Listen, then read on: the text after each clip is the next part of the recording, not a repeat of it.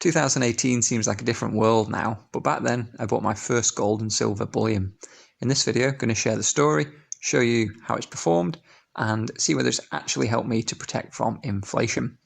So, 2018, I was at a point where my investments were kicking off some good cash flow, and I wanted to focus on building a reserve, ready for the rainy day, putting aside more for the future, outside of savings in the bank, which they should probably rename to losings anytime soon. But anyway, I wanted to store some wealth safely and also separately from what I consider to be my investments. Naturally, started doing some research and I turned to gold and silver. To start with, I picked up a best value 1 ounce gold coin and 4 sovereigns, and also got a couple of tubes of silver.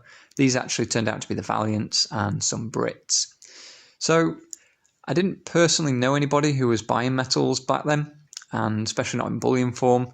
So I did some research, and to get the ball rolling, this is what I came up with. And this was February or March of 2018. It wasn't all in one purchase, it was a couple of purchases there.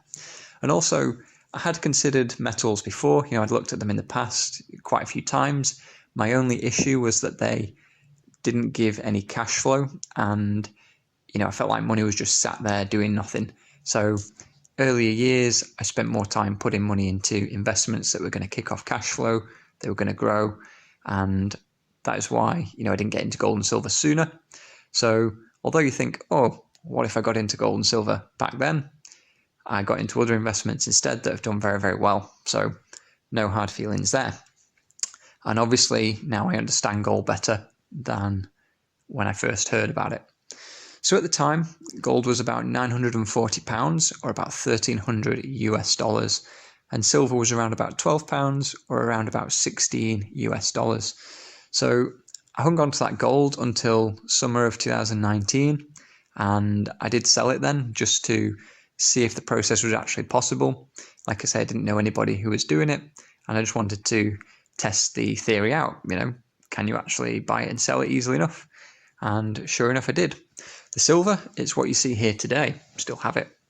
So as I record, gold is just shy of $2,000 and silver just below 25 US dollars. So calculating that, it gave me a 59.9, so call it 60% increase on gold, and actually 61% gain on the silver. So for comparison, the S&P is up 63% in the same time period. So that's a pretty close margin, pretty close spread there.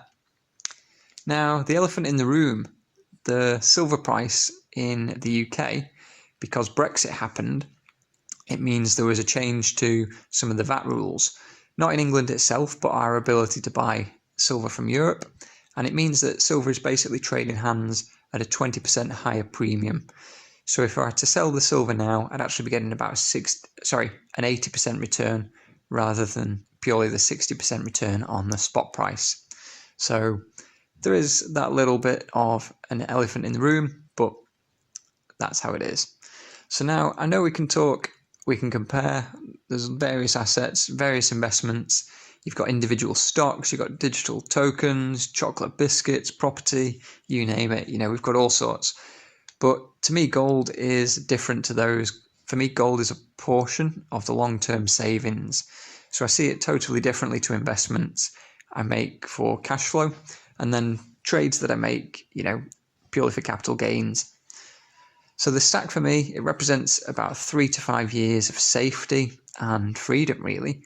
It's covering my basic expenses or some kind of family emergency should I ever need it.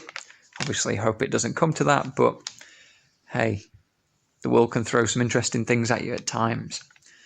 So to touch on the inflation aspect of gold and silver, the government figures report somewhere between 1% and 2% in the past few years, although so far in January, it was over 5% for 2022 so far. Now, I probably don't have to convince any of my viewers how much of a lowball these figures actually are. If you're in the UK, basic living costs, they're clearly up over 10% just on household bills.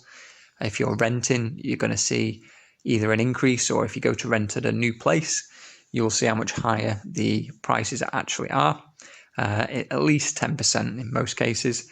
And in things like energy, it's up 20% at least in the past year alone. So going back to these, 60% divided by the 4 years is around about 15% per year averaged out. So actually the metals are doing their thing pretty nicely. So I'm interested to hear your experience and I look forward to chatting in the comments. So subscribe if you like. I'll see you next time.